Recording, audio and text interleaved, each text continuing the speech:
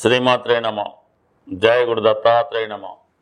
ఈ వీడియోలో మనం మిథున రాశి వారికి ఆగస్టు 20వ తారీఖు మిథున రాశి వారికి ఆగస్టు 16 నుంచి 31 మధ్యలో జరగబోయే పక్ష ఫలితాలు పరిశీలించాం.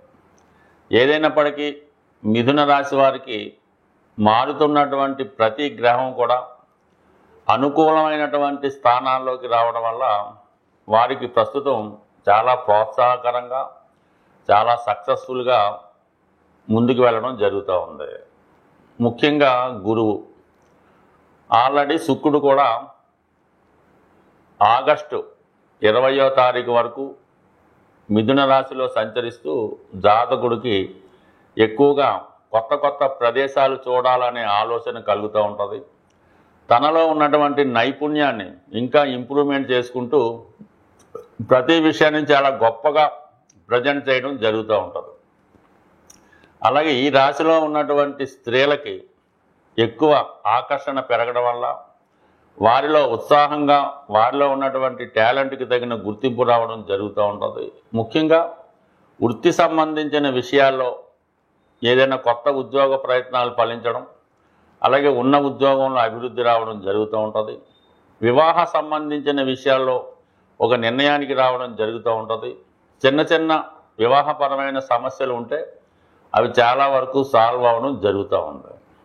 ఇది ఆగస్టు 20 తర్వాత ధనస్థానంలోకి మారుతున్నటువంటి శుక్రగ్రహం అక్కడ ఉన్నటువంటి బుధగ్రహంతో కలియడం వల్ల కుటుంబ అవసరాలకు ఏదైనా ఎంటర్టైన్మెంట్ సంబంధించింది కానీ ఏదైనా ఇంట్లో అవసరాలకి కుటుంబ అవసరాలకి ఒక టీవీ లాంటిది కానీ ఈ కంప్యూటర్ సిస్టమ్ కానీ గృహానికి అవసరమైనటువంటి ఫర్నిచర్ లాంటివి సమకూర్చడం జరుగుతూ ఉంటుంది. ఏదో ఒక శుభకార్యం మీ గృహంలో జరిగే అవకాశం ఉంటుంది. అది పెళ్లి లాంటిది అవ్వచ్చు, ఏదైనా ఎంటర్టైన్మెంట్ కార్యక్రమం, నిశ్చితార్థం, బర్త్డే ఫంక్షను, ఏదో ఒకటి మీకు ఈ పక్షంలో మీ యొక్క గృహంలో జరుగుతుంది. అలాగే మీ యొక్క బంధుమిత్రులంతా కూడా మీ గృహంలో సమావేశం అవడం, మీతో వచ్చినటువంటి ఏదైనా గెట్ టుగెదర్ పార్టీలో పాల్గొనడం అవి కూడా జరిగే అవకాశం ఉంది. ఏదైనా చాలా ఆకర్షణంగా వాక్చాతుర్యం పెరుగుతూ ఉంటుంది. కొత్త విషయాలు తెలుసుకుంటారు. ముఖ్యంగా రవి కూడా తృతీయ స్థానంలోకి రావడం వల్ల ఒక విధమైనటువంటి కాన్ఫిడెన్స్ ఈ మిథున రాశి వారికి ఈ ఆగస్టు 16వ తారీఖు నుంచి ఏర్పడడం జరుగుతుంది. వృత్తిలో అభివృద్ధి రావడం కానీ, మీరు చేస్తున్నటువంటి ప్రయత్నాలకి తగినటువంటి ప్రోత్సాహం కానీ ఈ సమయంలో లభించే అవకాశం ఉంది. సో ఏదో ఒక కొత్త విషయం మీరు తెలుసుకునే ప్రయత్నం జరుగుతూ ఉంటుంది. అలాగే ఏదన్నా విదేశంలో ఉన్నటువంటి మీ మిత్రుల నుంచి ఒక శుభ సమాచారాన్ని అందుకోవడం జరుగుతూ ఉంటుంది. వీటన్నిటికన్నా ముఖ్యంగా కుజుడు 4వ స్థానంలోకి మారడం వల్ల భూమి స్థిరాస్తి కొనాలనే మీ యొక్క ప్రయత్నం చాలా వరకు నెరవేరుతుంది. దానికి అవసరమైనటువంటి ఆర్థిక సహకారం బ్యాంకుల నుంచి కానీ మీ యొక్క బంధువుల నుంచి కానీ లభించే అవకాశం ఉంది.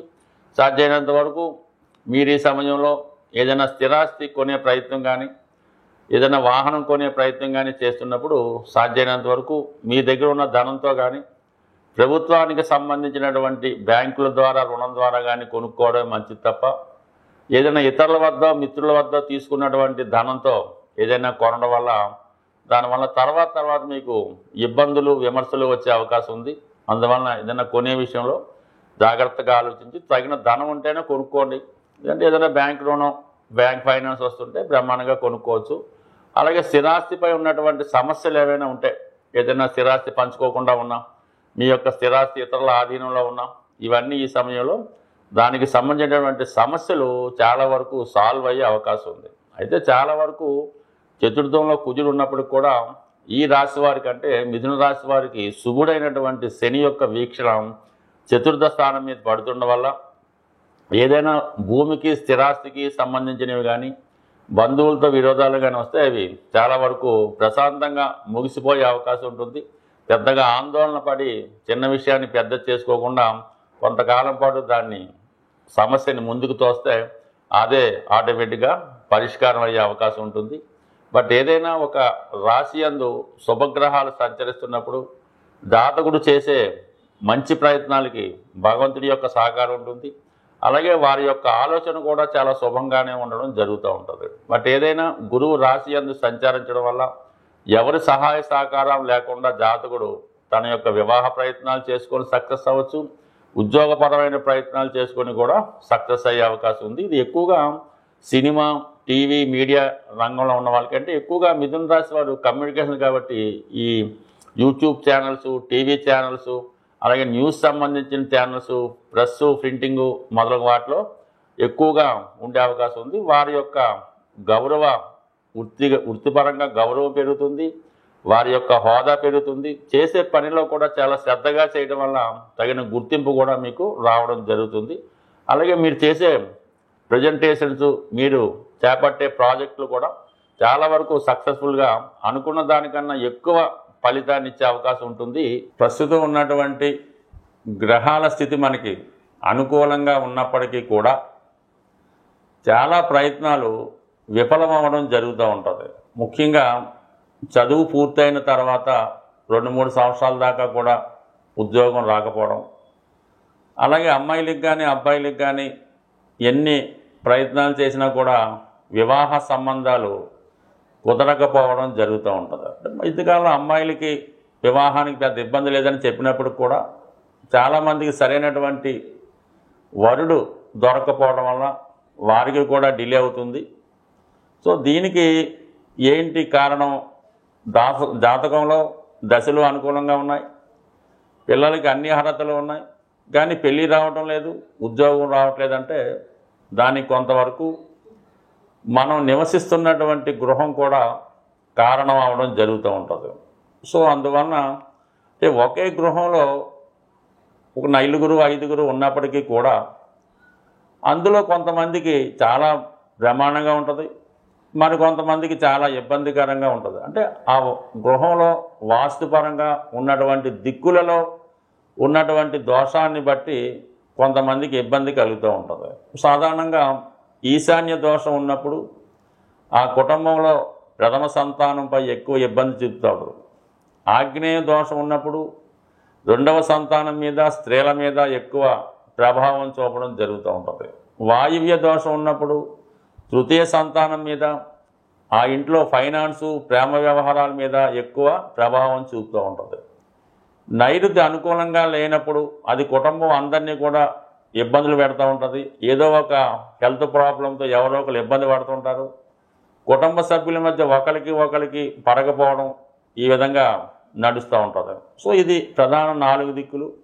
అలాగే మొత్తం ప్రస్తుతం గతంలో 8 దిక్కులుగా విభజించేవారు. అంటే తూర్పు, పడమర, ఉత్తర, దక్షిణం, ఈశాన్యం, వాయువు, నైరుతి, ఇలాగా 8 దిక్కులు. దీన్ని ఇప్పుడు మళ్ళా కొద్దిగా ఆధునిక వాస్తు ప్రకారం ఈ 12 దిక్కులుగా విభజించి మరీ సూక్ష్మంగా విభజించడం జరుగుతుంది. అంటే 360 డిగ్రీలు ఉన్నటువంటి మన గృహాన్ని ప్రతి 30 డిగ్రీలకి విభజించి ఎక్కడ ఏ సమస్య ఉంటే ఏ ప్రాబ్లం ఉంటుంది, దాన్ని ఏ విధంగా సవరించాలన్నది ప్రస్తుతం ఆధునిక వాస్తు ప్రకారం పరిశీలించడం జరుగుతూ ఉంది.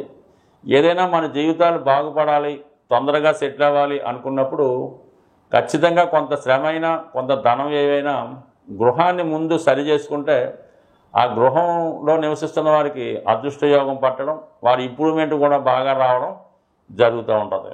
సో దానివల్ల ఏంటంటే మీకు అన్నీ బాగున్నా కూడా ఇటువంటి సమస్యలు ఎదురవుతున్నాయి. ముఖ్యంగా పెద్దవాళ్ళకి హెల్త్ ప్రాబ్లం, పిల్లలకి పెళ్లి ప్రాబ్లం, కొంతమందికి వ్యసనాల వల్ల ధనాన్ని పోగొట్టుకోవడం, ముఖ్యంగా అప్పు తీరకపోవడం. ₹1,00,000 నెలకు వస్తున్నా కూడా 10,000 అప్పున్నా కూడా తీర్చలేకపోతుంటారు. ఇవన్నీ కూడా ఒకసారి ఎవరైతే జీవితంలో అభివృద్ధి చెందామనుకున్నారో, ఇంకా బాగుందాం అనుకున్నారో, మీ యొక్క గృహాన్ని కూడా పరిశీలించుకొని, అలాగే జరుగుతున్నటువంటి దశ అంతర్దశలను కూడా జాగ్రత్తగా పరిశీలించుకొని తగు విధంగా పరిష్కారం చేసుకుంటే చిన్నగా, అంటే గోటితో పోయేదాన్ని గొడ్డల దాకా తెచ్చకుండా చిన్న పరిష్కారంతో రాబోయే విపత్తుల్ని కాపాడుకునే అవకాశం ఉంటుంది. సో ఏదైనా వాస్తు అన్నది సరి చేసుకోవాలి తప్ప యంత్రాలతోనో, తాయెత్తులతోనో, బొమ్మలతోనో వాస్తు ఎప్పుడు కూడా సరవదు. అలాగే గ్రహ దోషాలు ఉన్నప్పుడు దానికి సరైనటువంటి పరిష్కారం చేసుకుంటే తప్ప చిన్న చిన్న ఉంగరాలు, మాలలో వేసుకున్నా కూడా పరిష్కారం అవ్వదు. దేనికన్నా పిండి కొద్ది రొట్టె మనం చేసే పని బట్టి, మన ప్రయత్నం బట్టి మన భక్తిని బట్టి నమ్మకాన్ని బట్టి మనం చేసే ప్రయత్నంలో విశ్వాసం ఉంటే చేసేవాడు కూడా నమ్మకంగా చేస్తే ఖచ్చితంగా మీ జీవితంలో సక్సెస్ అన్నది తొందరగా వస్తుంది.